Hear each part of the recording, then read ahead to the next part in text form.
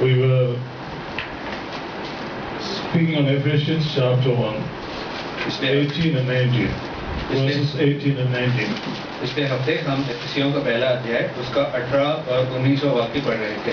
I was trying to concentrate simply on one point. और मैं एक ही विषय पर ज्यादा जोर दे रहा था.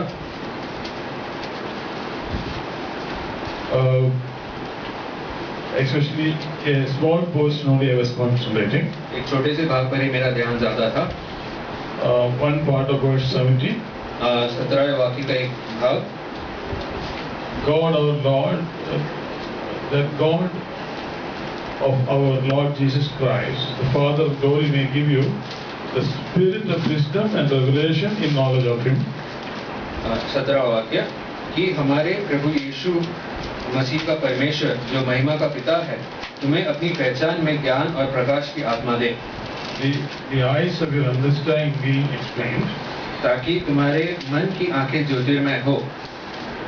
Then 3 points are mentioned. और ऐसा होने से 3 बातें बताई गई हैं. One, the hope of His calling. पहला है कि उनकी बुलावट की आशा क्या है. Number 2, what are the riches of the glory of His inheritance in saints. और दूसरा है कि पवित्र लोगों में उनके मिरास की महिमा का धन कैसा है. The first part of verse 19. And what is the exceeding greatness of power toward us who believe. और 19वें वाक्य का पहला भाग कि उनकी सामर्थ्य कितना महान है हमारे लिए जो उन पर विश्वास करते हैं. I was mainly concentrating on what is the exceeding greatness of power toward us who believe according to the working of His mighty power. और 19वें वाक्य पर ज्यादा ध्यान था कि उसकी सामर्थ्य कितना महान है हमारे लिए जो उन पर विश्वास करते हैं.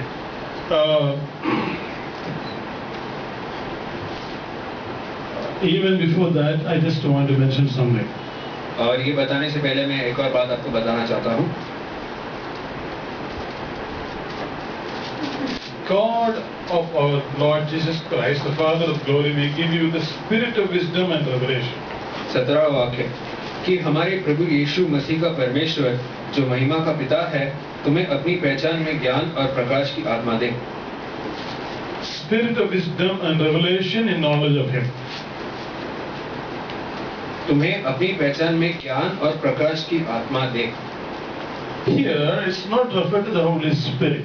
यहाँ पर ये पवित्र आत्मा के बारे में नहीं बताते. If you read the English Bible, it's very clear. अगर आप अंग्रेजी बाइबल पढ़ें तो ये बात बहुत स्पष्ट है. There is a possibility that you may think that the Holy Spirit will give you knowledge and wisdom. That is not exactly what it meant here. आपको शायद ऐसा लगेगा कि यहाँ पर ये बताया गया है कि पवित्र आत्मा तुम्हें प्रकाश और ज्ञान देगी, लेकिन यहाँ पर वो बात नहीं है. I have said that earlier that we have 3 parts, spirit, soul and body. पहले ही मैंने यहाँ पर बताया है कि हमारे 3 भाग हैं, मन, आत्मा और शरीर. 1 Thessalonians 5:3. पहले थिस्सलुनीकियों का 5:23 में ये बात अच्छे से लिखा है. Normal things of this world we understand with our soul, with our mind. इस दुनिया की ज्यादातर चीजें हम अपने मन से समझते हैं.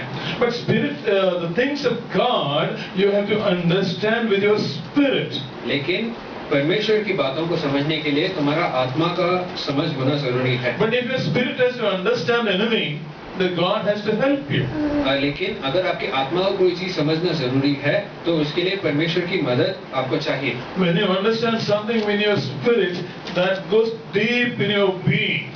अगर आप कोई चीज अपने आत्मा में समझ ले तो वो आपके अस्तित्व में एकदम गहराई में चला जाता है. It becomes a sort of disposition. वो आपका एक भाग बन जाता है. Here the apostle says, let the Father of glory of God, let Him give a spirit of knowledge and revelation. यहाँ पर लिखा गया है a spirit of wisdom and revelation. यहाँ पर लिखा गया है कि हमारे प्रभु यीशु मसीह का परमेश्वर जो महिमा का पिता है तुम्हें अपनी पहचान में ज्ञान और प्रकाश की आत्मा दे. Revelation is knowing something in your spirit which cannot otherwise be known. और ये प्रकाश जो है वो एक ऐसी चीज है जो आप अपने आत्मा में समझते हैं जो साधारण तौर पर आप समझ नहीं पाएंगे. Now our sister said, अभी हमारी बहन ने कहा her mother was digging tube well in Karnataka, which is maybe about 1,000 kilometers from here. कि उनकी माता उनके घर के वहाँ पर कर्नाटका में यहाँ से 1000 किलोमीटर दूर एक कुआं खोद रही थी, And there was no water. लेकिन वहाँ पर उन्हें पानी नहीं। All of a sudden, she said, "You dig in a particular place and you will find water." लेकिन तभी आंटी ने कहा कि तुम इस स्थान पर जाकर खोदो और वहाँ पर तुम्हें पानी मिलेगा। She didn't know why she said that, उन्हें ये नहीं पता कि उन्होंने ऐसा क्यों कहा, but she simply said it. लेकिन उन्होंने कह दिया। And finally, they started digging there, और उन्होंने उस जगह पर खोदा जहाँ पर आंटी ने बताया, and they got water. और उन्हें वहाँ पर पानी मिला। So much water that they cannot stop. और इतना पानी आया कि वो लोग उसे रोक नहीं पाए। That is a revelation. ये एक प्रकाश है। That is a revelation which he got in her heart. ये एक प्रकाश की बात है जो उन्हें अपने मन में मिला है। Similarly, things of God also has to come as revelation right in your spirit. और उसी तरह परमेश्वर की बातें भी तुम्हारे आत्मा में एक प्रकाश बनकर आना चाहिए। And what is wisdom? और ये ज्ञान क्या है? Once you get revealed, एक बार तुम्हें किसी चीज पर प्रकाश मिल once जाए, you know these things, एक बार आपको कोई चीज के बारे में पता चल जाए, you need wisdom to apply what is already revealed to you. तो तुम्हें जो बातें बताई गई है उसका इस्तेमाल, उसका लाभ अपने जीवन में लाने के लिए ज्ञान होना जरूरी है। And that is wisdom. और ये ज्ञान है। Things of God can understand. First of all, you need a revelation. परमेश्वर की बातें समझने के लिए सबसे पहले आपको परमेश्वर से प्रकाश मिलना जरूरी है, And then you need the wisdom to apply that. और उसका इस्तेमाल करने के लिए आपको ज्ञान होना जरूरी है। So, on the basis of this, we'll read verse 17 again. और ये समझकर हम 17वें वाक्य वापस पढ़ेंगे कि हमारे प्रभु यीशु मसीह का परमेश्वर जो महिमा का पिता है, तुम्हें अपनी पहचान में ज्ञान और प्रकाश की आत्मा दे। The God of our Lord Jesus Christ, the Father of glory, may give you the spirit of wisdom and revelation in knowledge of Him. And when this happens, what really happens to us? और ऐसा होने पर हमें क्या होता है, हमारे ऊपर क्या फर्क आता है? The eyes of our understanding will be enlightened. ऐसा होने से हमारी मन की आंखें ज्योतिर्मय होंगी। Then here it mentions you will understand three things. और मन की आंखें ज्योतिर्मय होने से तुम तीन बातें समझ पाओगे। Number one, the hope of His calling. सबसे पहली बात है कि उनकी बुलाहट की आशा क्या है। And number two, what are the riches of the glory of His inheritance in the saints? दूसरी बात कि पवित्र लोगों में उनकी मिरास की महिमा का धन कैसा है। Number three, what is the exceeding greatness of His power toward us who believe according to the working of His mighty power? और तीसरी बात, उनकी सामर्थ्य कितनी महान है हमारे लिए जो उन पर विश्वास करते हैं। I have already dealt with the exceeding greatness of His power toward us who believe. और मैंने पिछले हफ्ते उनके महान सामर्थ्य के बारे में पहले ही प्रचार कर लिया। Today I am trying to deal with the other 2 points. और आज मैं बाकी के जो 2 बातें हैं उसके बारे में बताना चाहता हूँ। Even before we would go into that, और उसमें जाने से पहले we see 2 kinds of Christians. हम 2 किस्म के ईसाइयों को देखते हैं। Number one, पहली बात, before somebody could become a Christian, एक व्यक्ति ईसाई बनने से पहले, I mean born again Christian, एक व्यक्ति विश्वास में आने से पहले there are problems, there are hang-ups, there are fears which are there always. तो उनके जीवन में हमेशा कोई ना कोई तकलीफ, कोई ना कोई मुसीबत, कोई किस्म का डर हमेशा रहता है। After becoming a Christian, लेकिन विश्वास में आने के बाद all these things continue even after becoming a born again Christian. ऐसा देखा जाता है कि ये बातें विश्वास में आने के बाद भी उनके जीवन में जारी रहता है। But लेकिन there is a group of Christians, एक किस्म के ईसाई इस प्रकार है, after coming to the born again experience, विश्वास में आ जाने के बाद these things are no longer there. उनके जीवन में ये बातें दिखाई नहीं देती। They are living a victorious life. उनका जीवन विजयी है, यानी कि कोई किस्म का डर, कोई किस्म का हार नहीं है। Why this is difference? ऐसा फर्क क्यों दिखाई देता है? Both were saved by the same Lord. दोनों को उद्धार देने वाला परमेश्वर एक ही है। Jesus Christ saved both this group of people. यीशु मसीह ने दोनों को बचाया है। And you cannot say that to one group of people Jesus gave something more, and to one group of people Jesus gave something less. और आप ऐसा नहीं कह सकते कि यीशु ने इन दोनों के बीच में भेदभाव किया है कि एक किस्म के लोगों को उन्होंने उधार थोड़ा ज्यादा दे दिया और एक किस्म को कम दे दिया है. Can you say that? क्या आप इसे कह सकते हैं? Did Jesus give something more to some people and give something less to some people? क्या यीशु लोगों को उधार देते वक्त कोई लोगों को ज्यादा उधार देते हैं और कोई लोगों को कम देते हैं? No, it is nothing like that. ऐसा नहीं होता. Actually, the clue is in this portion. और उसके पीछे जो राज है वो यहीं पर है. We'll read Ephesians chapter 1 verse 3. एफेसियों का पहला अध्याय उसका तीसरा वाक्य पढ़ेंगे.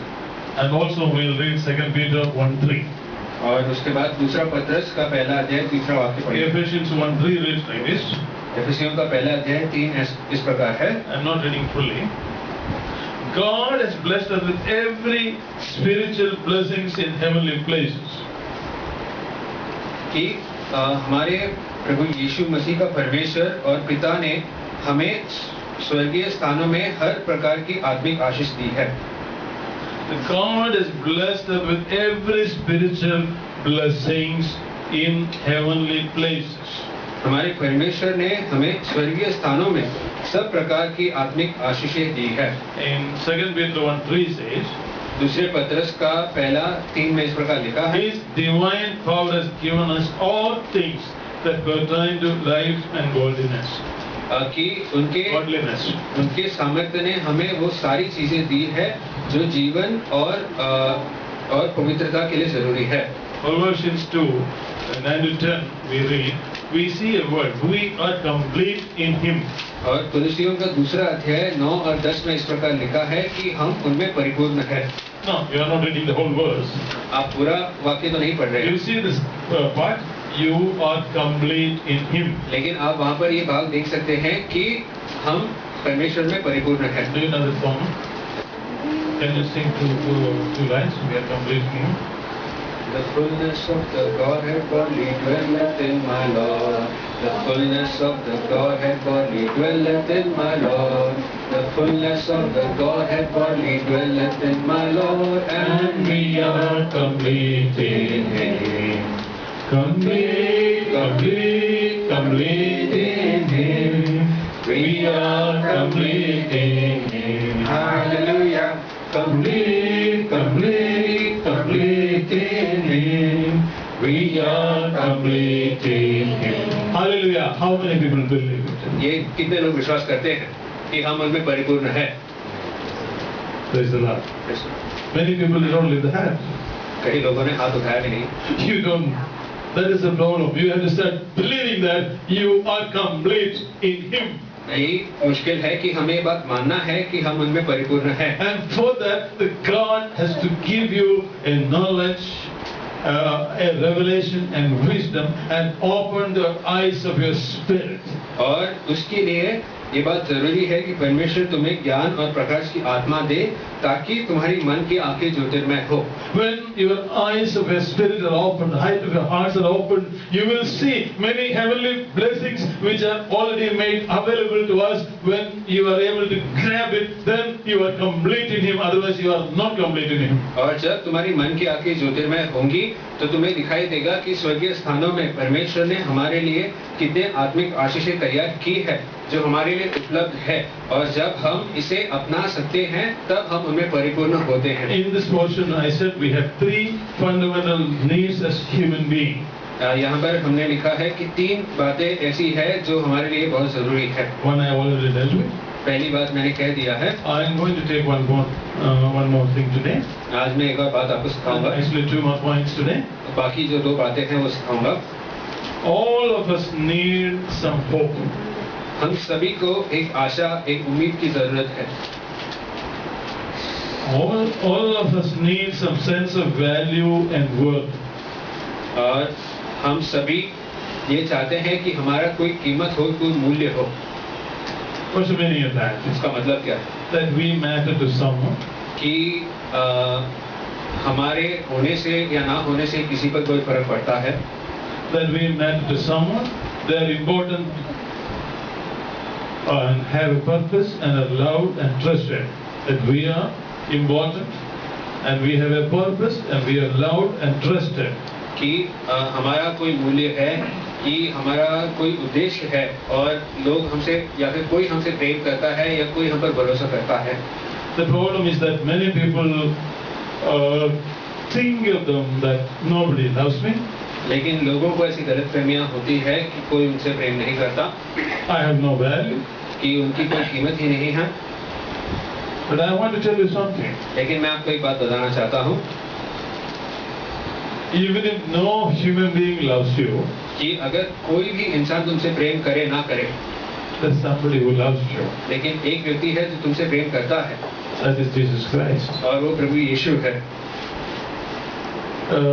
Even if you are the only human being in the world, अगर आप अकेले इंसान होते इस दुनिया में, still he would have shed his blood to save you and take you to heaven because he loved you. तो भी वो उनका लहू तुम्हारे लिए अकेले के लिए भी बहाते ताकि तुम स्वर्ग में जा सको. It is what makes a difference in Christian gospel from every other religion. और यही ईसाई विश्वास को दुनिया के बाकी धर्मों से अलग करता है. Especially when in North India when we preach. खासकर उत्तर भारत में जब हम प्रचार करते हैं, I believe it is our preaching where we emphasize that love of God, which made him come down to heaven and became a human being like us, just because he loves us. It is that love which is touching the people of North India when we preach. और मेरा मानना ये है कि जब हम ये बात प्रचार करते हैं कि परमेश्वर ने हमसे इतना प्रेम किया कि वो देहधारी बने और इंसान के रूप में आए और हमारे लिए मरे, तो ये प्रेम के बारे में सुनकर लोग विश्वास में आते हैं, उनका मन पिघलता है.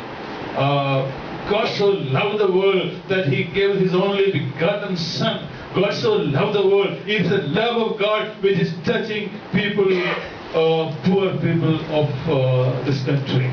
और जिस तरह यूहन्ना 3:16 में लिखा है कि परमेश्वर ने इन दुनिया से इतना प्रेम किया, और ये जो प्रेम है वही लोगों को विश्वास में लाता है, गरीब लोगों को विश्वास में लाता है कि उनका कोई मूल्य है, कि कोई है जो उनसे इतना प्रेम करता है.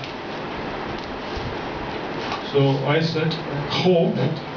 Number one point is hope.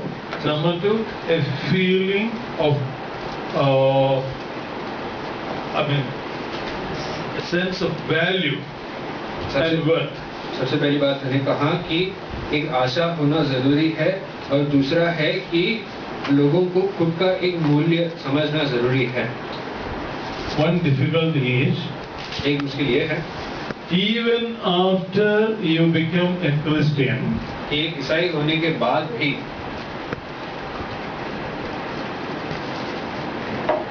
you try to find solutions for these problems on our own strength. कि ऐसे मुश्किलें जब भी हमारे सामने आते हैं, तब हम ईसाई होने के बावजूद भी हम खुद के बलबूते पर इससे निकलने का कोशिश करते हैं. I said we have 3 basic needs. मैंने कहा कि हमारे 3 जरूरतें हैं. Everybody realizes it. सभी लोग ये बात जानते हैं. But even after becoming a Christian, we use the resources outside Christ to get these things in our life. लेकिन ईसाई होने के बावजूद भी इन चीजों को पूरा करने के लिए हम खुद के बलबूते पर या फिर यीशु पर विश्वास, यीशु के ऊपर निर्भर ना किए हम खुद से कुछ करने की कोशिश करते हैं. I am a particular person. मैं एक व्यक्ति को जानता हूँ 24 hours in a day, his life is scheduled. कि वो इतने व्यस्त है कि 24 घंटे उन्हें फुर्सत नहीं है. I know a person very well. It's true. I'm not speaking a lie. और इस व्यक्ति को मैं जानता हूँ, ये झूठ नहीं है.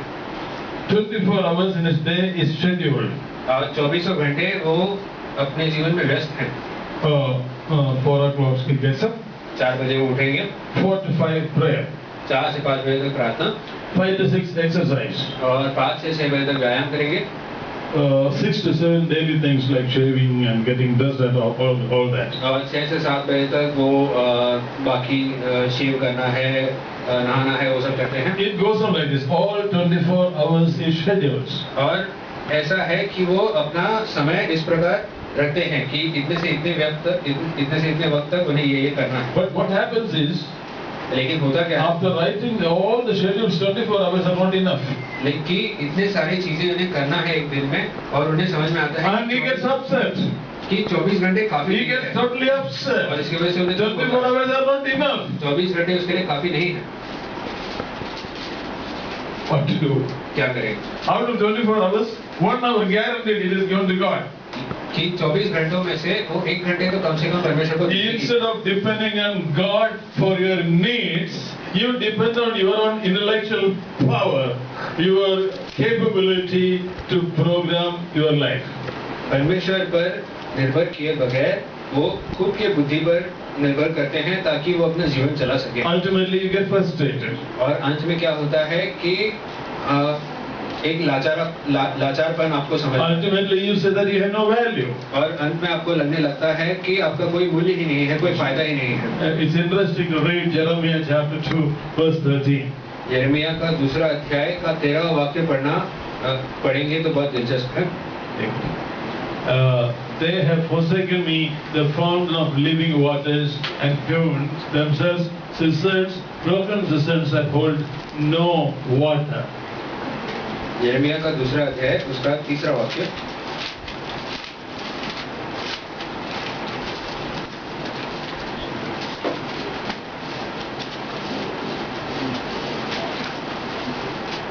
क्योंकि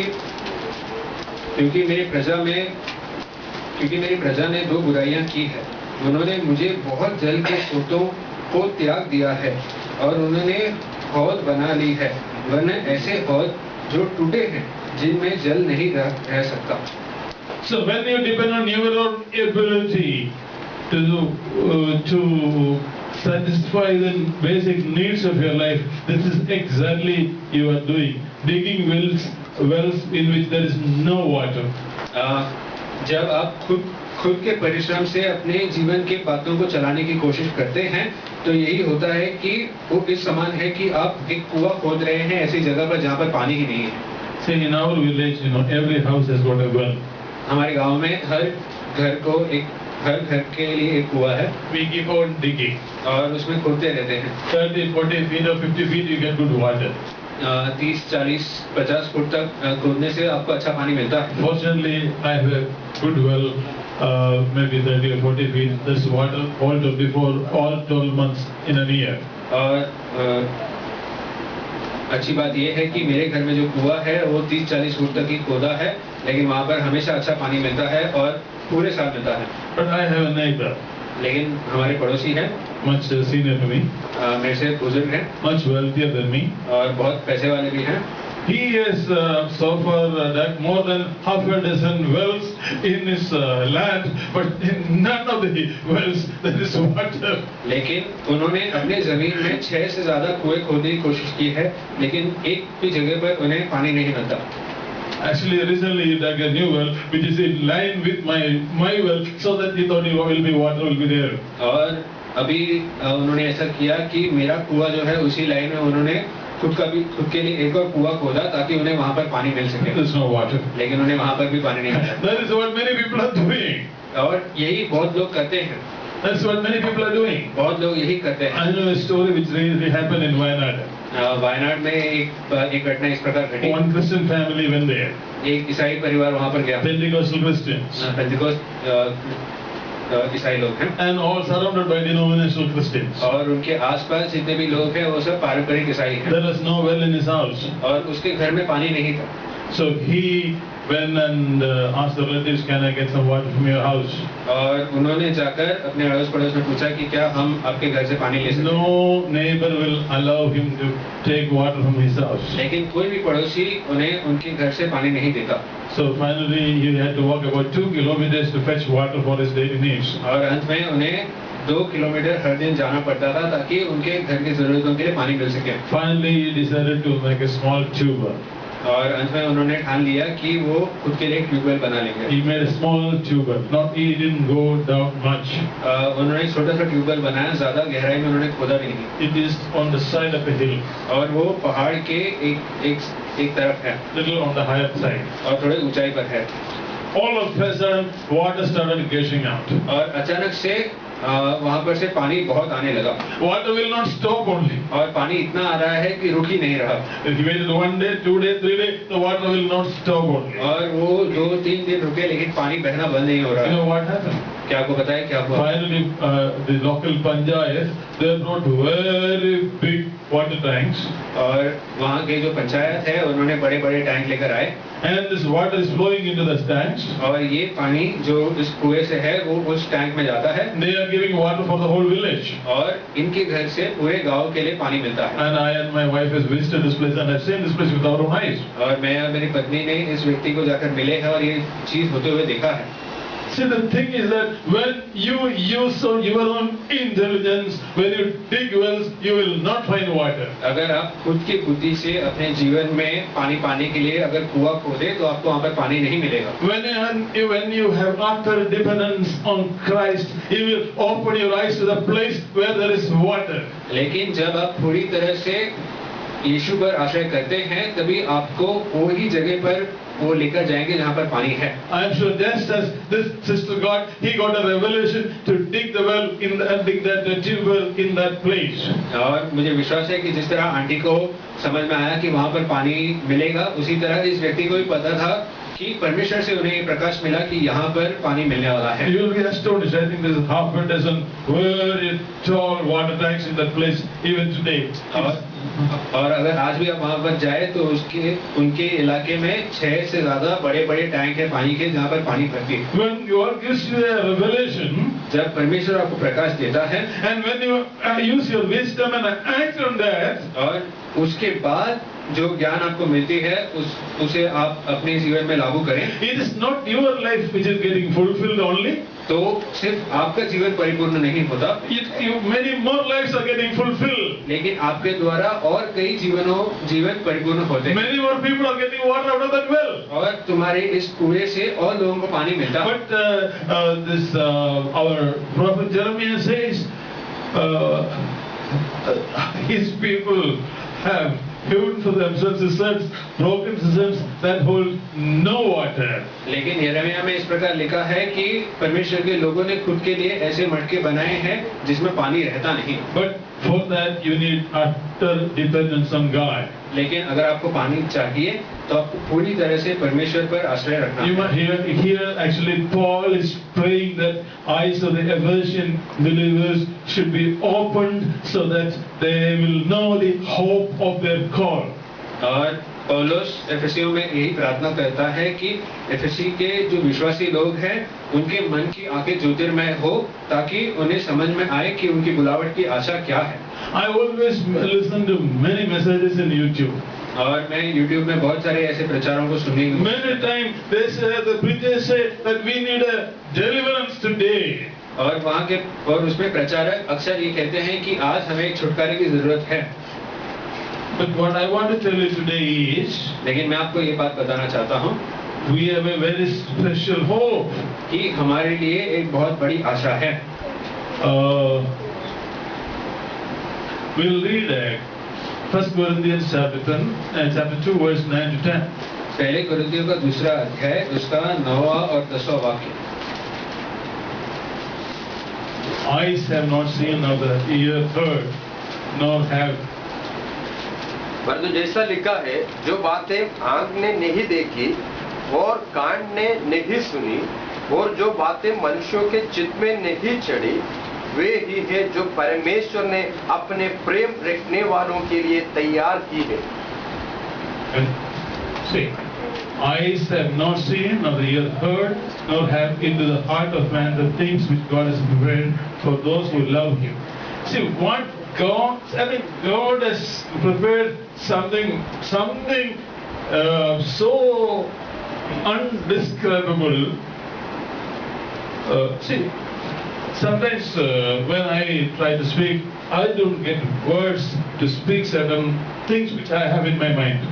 अक्सर ऐसा होता है कि जब मैं प्रचार करने की कोशिश करता हूँ तो मेरे मन में बातें हैं लेकिन मैं उन्हें शब्दों में लाने में अड़चन होती है यानी कि मैं बोल नहीं पाता बराबर से I know Hindi. मुझे हिंदी अच्छी I know तरह से आती है, English, मुझे अंग्रेजी आती I है, know Malayalam, मुझे मलयालम आता है, but I don't find the suitable words for many things which is in my mind. लेकिन मेरे मन में जो चीजें हैं उसका वर्णन करने के लिए शब्दों की कमी पड़ जाती है। So what God has prepared for us, none of these languages can explain. और उसी तरह परमेश्वर ने जो हमारे लिए तैयार की है वो इन भाषाओं में हम सीमित नहीं कर सकते। Only I can tell you it is going to be, it will be so fantastic that with the present knowledge or understanding which we have, we will never be able to comprehend, but you will know that in your spirit. और सिर्फ यही कह सकते हैं कि आज हमारे पास जो बुद्धि और जो ज्ञान है उसके मुताबिक अगर देखने या समझने की कोशिश करें तो वो कभी हो ही नहीं सकता, लेकिन वो इतना खूबसूरत है कि सिर्फ तुम्हारी आत्मा में ये बात तुम्हें पता चल सकता है। Recently I said a great man of God made a beautiful home in Kottayam. Santosh is from Kottayam. मैंने हाल ही में कहा कि परमेश्वर के एक दास ने उनके लिए एक बहुत अच्छा घर बनाया कोट्टयम में। I was told the floor of his sitting room is made of glass. और मुझे पता चला कि उनका जो हॉल है उसका जो फ्लोर है वो कांच का बनाया हुआ है। There is water below the floor. और उस कांच के नीचे पानी है। And you can see a fish going up and down under the floor in the sitting room. और उस पानी में मछलियां है, ताकि अगर आप वहाँ पर बैठे या खड़े रहें तो आप देख सकते हैं कांच के नीचे मछलियां तैर रही हैं। But this much is only that great man of God can comprehend. लेकिन वो परमेश्वर के वो दास के मुताबिक सबसे अच्छी खूबसूरती यहाँ तक ही सीमित है। No, I'm not criticizing him. मैं उन्हें दोष नहीं दे रहा हूँ। I know my God has designed something more fabulous, something more fantastic, which I cannot even describe right now for me, and that is my hope. और मुझे ये बात पता है कि परमेश्वर ने मेरे लिए उससे अनेक गुना खूबसूरत चीजें तैयार की है जिसके बारे में मैं वर्णन नहीं कर सकता, और वो बात परमेश्वर ने मेरे लिए तैयार की है। That we will never be able to comprehend that until we will see it directly. और ये बात हम तब तक नहीं समझ पाएंगे जब तक हमारी आंखें खुद उसे ना देख लें। We keep on thinking about the small things in this world. हम सब इस दुनिया में सीमित छोटी-छोटी बातों को देखने Oh, we want a bigger flat. कि हमें एक बढ़िया फ्लैट चाहिए। We want a better sofa. और घर में डालने के लिए एक अच्छा सोफा चाहिए। This is all our thought for 24 hours a day. और हमारे विचार इसी प्रकार हैं। But a true Christian, if God gives him, if his eyes are enlightened, he will start thinking about the fantastic house which is ready for us. लेकिन एक विश्वासी का जब मन की आंखें ज्योतिर्मय हो, जब परमेश्वर का प्रकाश मिले तो वो उन बातों को सोचने लगेगा जो परमेश्वर ने उसके लिए तैयार की है। I have read in the life history of D.L. Moody. मैंने D.L. मूडी के जीवन चरित्र के बारे में पढ़ा है। He was dying. वो मर रहे थे। And he was telling. और वो इस प्रकार कह रहे थे। Oh, is that? कि क्या ये मृत्यु है? Oh, it's so beautiful. ये कितना खूबसूरत है। In other words, he was getting a vision of heaven. क्योंकि उन्हें स्वर्ग का एक दर्शन मिल रहा था। Yes, God is in John 14:2-3 we can read. यूहन्ना का 14वां अध्याय उसका 2 से लेकर 3 वाक्य तक हम इस प्रकार पढ़ सकते हैं। मेरे पिता के घर में बहुत सारे रहने के स्थान हैं, यदि न होते तो मैं तुमसे कह देता, क्योंकि मैं तुम्हारे लिए जगह तैयार करने के लिए जाता हूँ, और यदि मैं जाकर तुम्हारे लिए जगह तैयार करूँ तो फिर आकर तुम्हें अपने यहाँ ले जाऊंगा कि जहाँ मैं रहूँ वहाँ तुम भी रहो।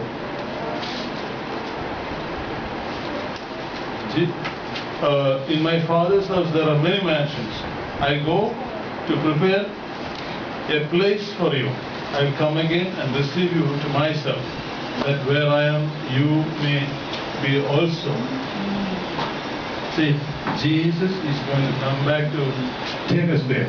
यीशु वापस आएंगे हमें ले जाने के लिए। Sometimes when I think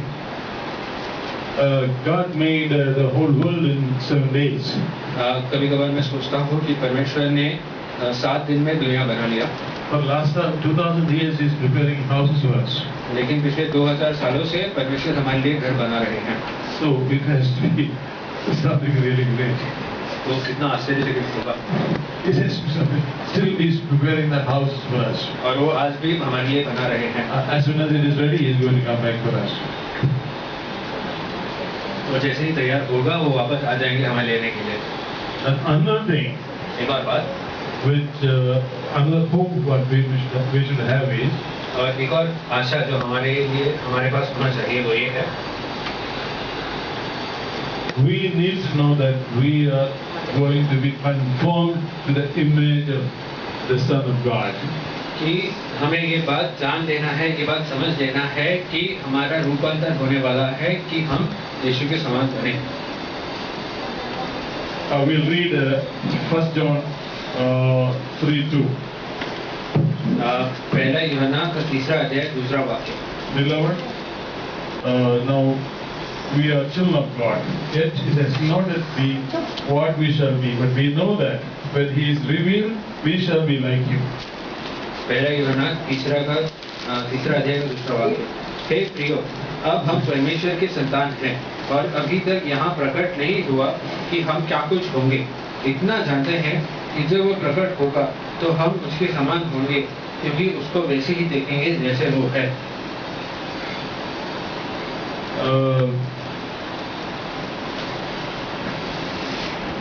We are all the children of God. हम सब परमेश्वर के संतान हैं। Who is there? Listen. और सारे संतानों में सबसे पहला कौन? Jesus Christ. Yeshu. What is the? When you see the brothers, you will see some similarity. अगर आप एक परिवार में भाइयों को देखें तो उनमें कुछ न कुछ समान होता है। So we are being conformed to the image of Christ. और हमारा भी रूपांतर इस प्रकार हो रहा है कि हम यीशु के समान बने। There is glory on the face of the Lord. और परमेश्वर प्रभु यीशु के चेहरे पर महिमा है। He is so handsome. वो इतने खूबसूरत हैं। Revelation chapter 1 says his face is like the sun in the noontime. प्रकाशित वाक्य के पहले अध्याय में इस प्रकार लिखा है कि प्रभु यीशु का चेहरा दोपहर की धूप में जिस प्रकार सूरज चमकता है उस प्रकार है। We are also going to be something like that. और हम भी इस प्रकार होने वाले हैं। Many boys before they get married, biggest problem in India is that they look for only fair girls. Bharat में जब लड़के शादी करने जाते हैं तभी वो लड़कियों में यही देखते हैं कि लड़कियां बहुत गोरी हों।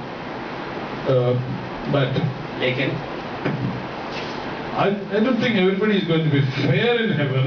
मुझे नहीं पता कि सभी लोग स्वर्ग में गोरे होंगे या नहीं। But everybody is going to shine. लेकिन सभी तेजस्मय होंगे।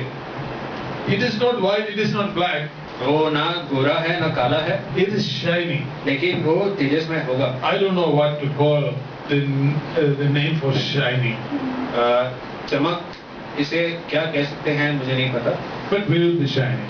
लेकिन हम वैसे होंगे। The glory of our Savior Jesus Christ will be reflected on us. हमारे प्रभु यीशु मसीह का महिमा जो है वो हम पर भी दिखाई देगा। Sometimes before we spoke about the glory, थोड़े समय पहले हमने परमेश्वर की महिमा के बारे में सीखा। I said His nature itself is His glory. और मैंने कहा कि परमेश्वर का स्वभाव ही उनका महिमा है। That also will be reflected in us. और वो भी हमें दिखाई देगा। Now we think that man is big, this man is small. आज हमें लगता है कि ये व्यक्ति छोटा है, ये व्यक्ति बड़ा है। But when we are with Jesus, even our nature will change. लेकिन जब हम प्रभु यीशु के साथ होंगे तब हमारा स्वभाव भी बदल जाएगा। We will start loving each other. और हम एक दूसरे से प्रेम करने लगेंगे। There will be friends. There won't be any more jealousy. और फिर कोई ईर्ष्या नहीं रहेगी। In heaven, no sister will find fault with another sister. स्वर्ग में पहुंचने के बाद कोई भी बहन को दूसरी बहन में कोई गलत बात या दोष नहीं दिखाई देगा। If any pastor reaches heaven, no, that pastor will not be criticized by his congregation in heaven. जब कोई पास्टर स्वर्ग पहुंचेगा तभी उसके लोग उन पर उंगलियां नहीं उठाएंगे, उनको दोष नहीं देंगे। I don't know how many pastors are going to reach heaven. मुझे नहीं पता कितने पास्टर लोग स्वर्ग पहुंचेंगे। Because I read 1 or 2 books. मैंने 2-3 पुस्तक इस प्रकार पढ़े हैं। Where somebody was taken to hell by Jesus. जहाँ पर प्रभु यीशु किसी व्यक्ति को नरक का दर्शन दिखाते हैं। There she speaks about she met many pastors in hell. और उस औरत ने कहा कि उन्होंने वहाँ पर नरक में बहुत सारे पास्टरों को देखा है। So pastors have to be very careful, huh? So pastors have to be very careful. इसलिए पास्टरों को बहुत सावधान होना जरूरी है। Mary Baxter, one person who wrote about the divine revelation of hell, it's a very famous book. एक ऐसी स्त्री है जिन्होंने लिखा कि उन्होंने जब नरक का दर्शन किया उनका अनुभव कैसा था। She says she met many pastors. उन्होंने कहा कि उन्होंने वहाँ पर बहुत सारे पास्टरों को देखा है। So pastors be more careful. इसलिए पास्टरों को और सावधान होना है। So better not to be a pastor. But what I'm saying is, another part of our hope is that we are going to reflect the glory of Jesus Christ one day. हमारे बुलावट की आशा का एक और बात ये है कि हम पर भी प्रभु यीशु का तेजस, प्रभु यीशु की महिमा दिखाई देगी। So I talked about two dimensions of the hope. मैंने बुलावट की आशा के बारे में दो बातें बताई हैं। And now I want to go to the next point. और अगली बात में मैं जाना चाहता हूँ।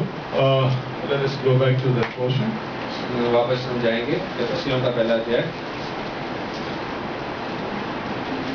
What are the riches of the glory of His inheritance in saints? कि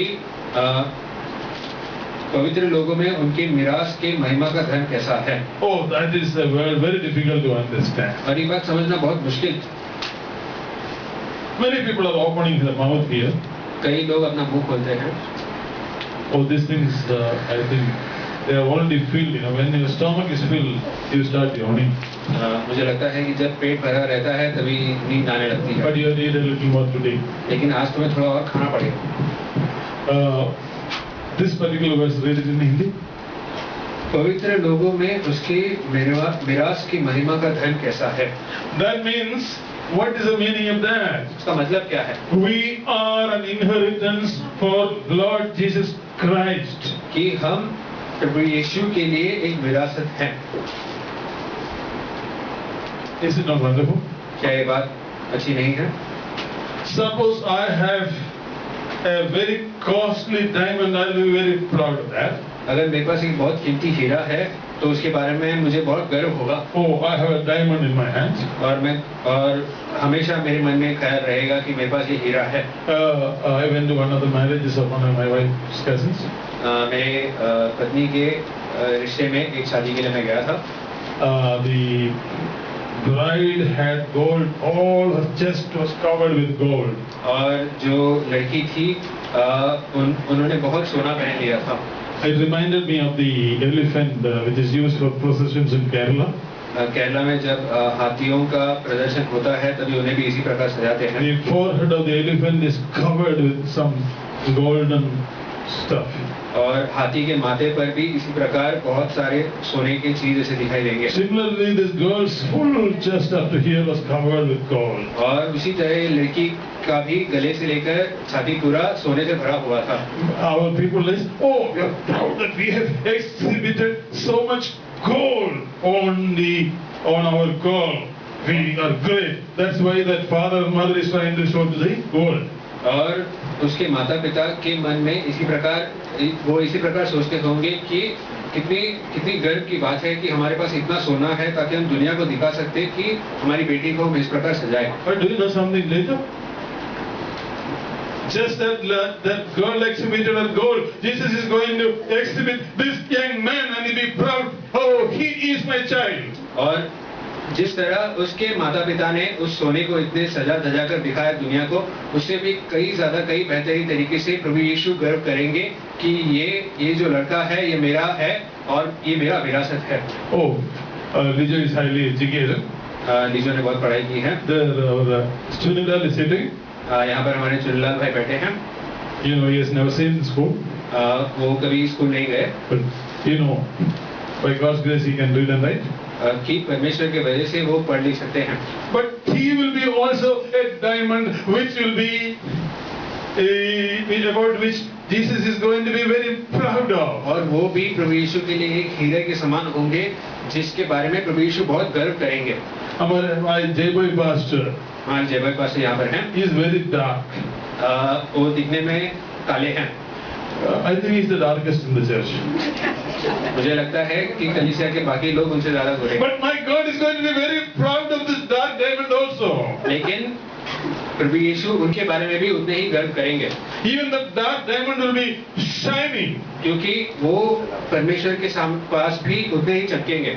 We are all our inheritance for Jesus Christ. हम सभी प्रभु यीशु के लिए एक विरासत है। If you have inheritance, अगर आपके पास कोई विरासत होती you will be always looking forward to possess it. तो हमेशा आपके मन में वो लगाव रहता कि कब वो तुम्हें हासिल हो। Do you know something? क्या आपको एक बात पता है? Recently my son was married. हाल ही में मेरी बेटी की शादी हुई।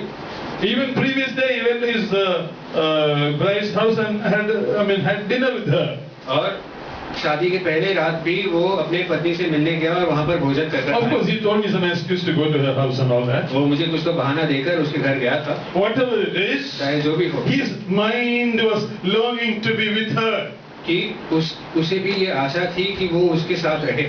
I told my son, don't tell any stunts. I know that you want to see her. Go and see her by all means. और मैंने अपने बेटे से कहा कि झूठ बोलने की जरूरत नहीं है, बिंदा चाहो जाकर मिलकर आओ। Now I know my Lord Jesus Christ is telling the Father, I want to go to heaven and meet my children, my wife, which is the church.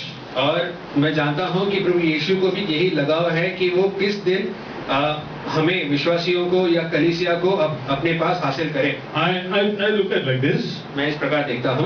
So Jesus Christ will be telling the Father, Father, I want to go today, I want to go today, I want to go today. कि प्रभु यीशु हमेशा पिता परमेश्वर के सामने ये कहते रहेंगे कि आज मुझे वापस लौटना है, आज मुझे वापस लौटना है। Because my people, I want to possess them. क्योंकि मैं चाहता हूँ कि मैं अपने लोगों को हासिल करूँ। That is an inheritance which you gave to me. क्योंकि ये एक ऐसी विरासत है जो पिता ने प्रभु यीशु को दी है। You know, Father, what is telling? तो पिता क्या कहेंगे? Oh, some more inheritance I want to give you. कि मैं तुम्हें और विरासत देना चाहता हूँ। UP still 20 crore are remaining. कि यूपी में और 20 करोड़ लोग बाकी हैं। They have seen this. My man, one of your people, George, is going there to buy a place for worship in Badohi. और तुम्हारे ही एक संतान जॉर्ज जा रहा है वहाँ पर जमीन खरीदने के लिए। So that many people will come to your inheritance. और ऐसा करने से और लोग विश्वास में आएंगे और लोग विरासत में आएंगे। So you wait.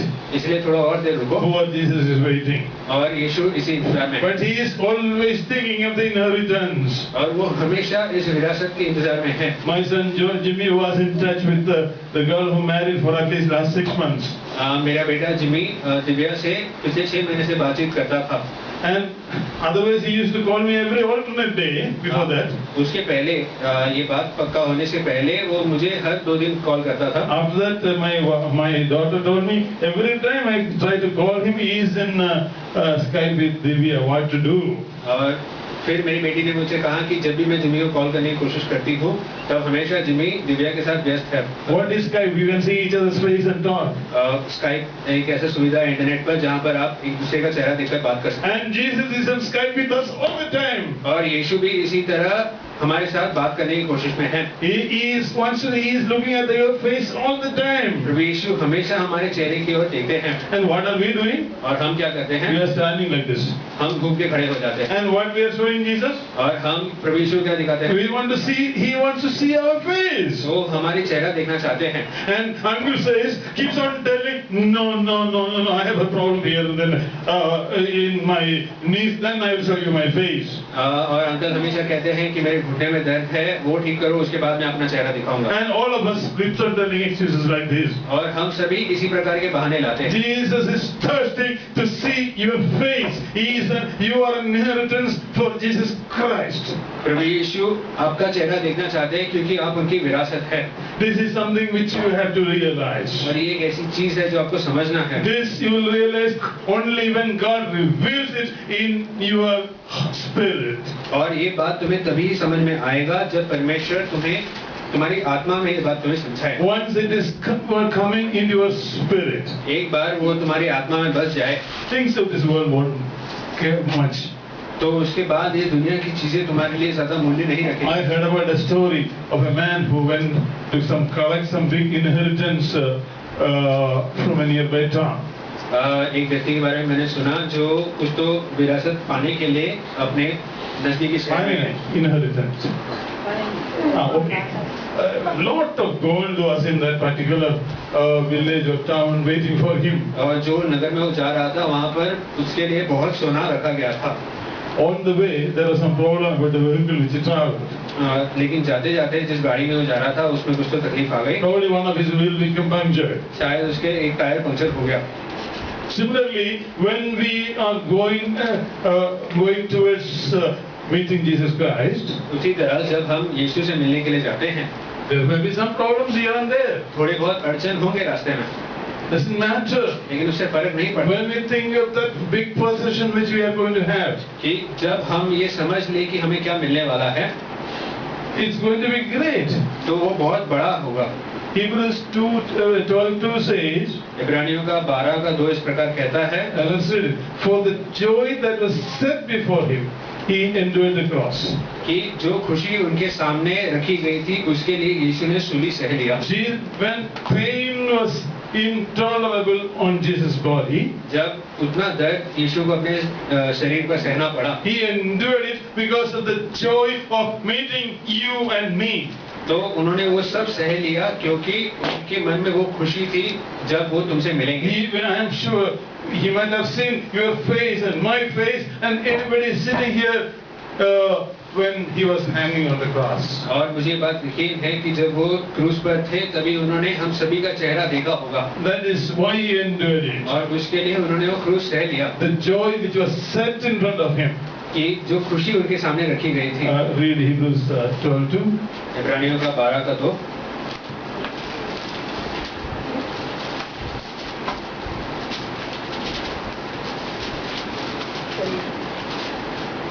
और विश्वास के कर्ता और सिद्ध करने वाला यीशु की ओर ताकते रहे, जिसने उस आनंद के लिए जो उसके आगे धरा था लज्जा की कुछ चिंता न करके क्रूस का दुख सहा और परमेश्वर के सिंहासन की दाहिने ओर जा बैठा।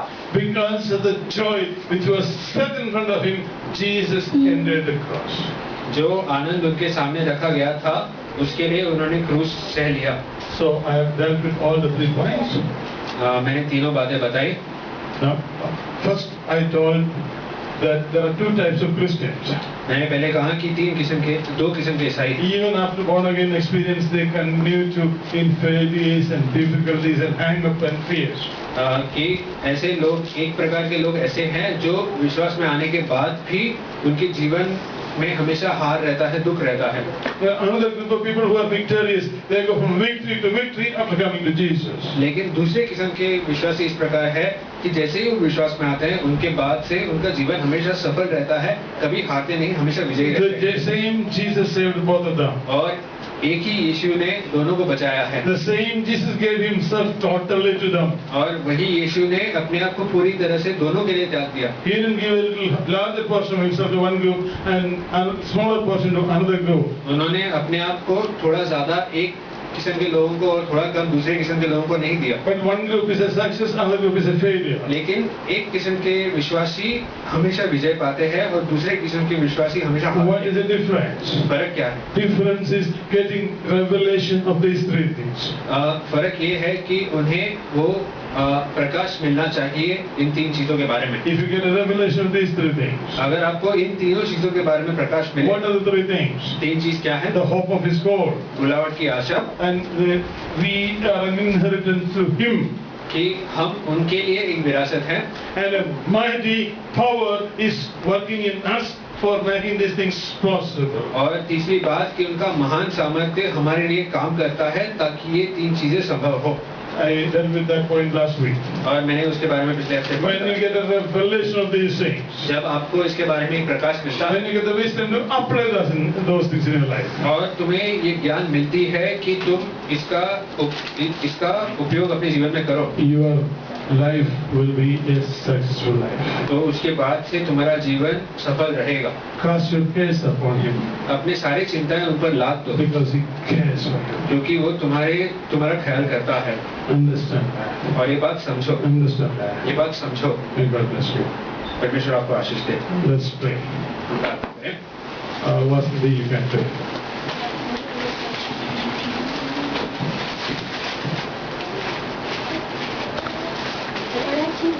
धन्यवाद धन्यवाद धन्यवाद स्वर्गीय पिता परमेश्वर, हम धन्यवाद देते हैं, महिमा देते प्रभु, स्तुति करते, आराधना करते प्रभु। सचमुच पिता आपने आज हमसे वचन के द्वारा बात किया प्रभु जी। आज भी हमने कई बातों को सीखने के लिए, समझने के लिए प्रभु आपने सहायता किया, मदद किया, इसलिए आपको धन्यवाद करते हैं। सचमुच प्रभु जी हमारे मन की आंखों को खोले प्रभु, ज्योतिमय कीजिए प्रभु। आज भी प्रभु हमने कई बातों को समझने के लिए अपने सहायता के, इसलिए आपको धन्यवाद करते प्रभु जी। आपने हमें मिराज बना के रखा है पिता परमेश्वर, हमारे लिए ऐसे ऐसे चीज रखी जो हमारे आंखों ने नहीं देखी, हमारे मन में नहीं आई प्रभु। ऐसा चीज हमारे लिए आपने रखा है प्रभु, इसलिए आपको हम बहुत बहुत धन्यवाद करते प्रभु जी। हमारे आंखों को ज्योतिमय कीजिए प्रभु, हमारे मन को ज्योतिमय कीजिए, ताकि हम और भी आपका रहस्य को, आपकी बातों को जो आज तक हम नहीं समझ पाए प्रभु, वो सब समझने के लिए हमको सहायता कीजिए, मदद कीजिए प्रभु। जो आपने हमारे लिए रखा है, जो आपने हमारे लिए किया है प्रभु जी, वो समझने के लिए हमको सहायता कर, मदद कर प्रभु। आपको धन्यवाद करते प्रभु जी। सचमुच प्रभु आज के वचन के द्वारा प्रभु बहुत कुछ हमें सीखने के लिए आपने सहायता किया, मदद किया, इसलिए आपको धन्यवाद करते हैं। यहाँ पर बैठे हुए हर एक बहन भाइयों के लिए मैं प्रार्थना करती हूँ, जो भी आज उन्होंने सुना है, समझा है प्रभु, उसके अनुसार प्रभु ने आगे बढ़ने के लिए सहायता कर, मदद कर प्रभु। आपको धन्यवाद करते प्रभु जी। और भी आगे प्रभु हमें बहुत कुछ अभी सीखना है, बहुत कुछ आपके बारे में समझना है प्रभु, वो सब समझने के लिए हमको सहायता कीजिए पिता, ताकि हम आपकी महिमा को जान सके प्रभु। आपको धन्यवाद करते प्रभु। आपके दासों को आपने अभिषेक किया, आपके दासों को बताने के लिए आपने सहायता किया, मदद किया, इसलिए आपको हम बहुत बहुत धन्यवाद करते प्रभु जी। आपने हमारा प्रार्थना को सुन लिया, आशीष दे दे, इसलिए धन्यवाद करते हैं। सभी बात प्रभु यीशु मसीह के नाम में प्रार्थना करते हैं पिता।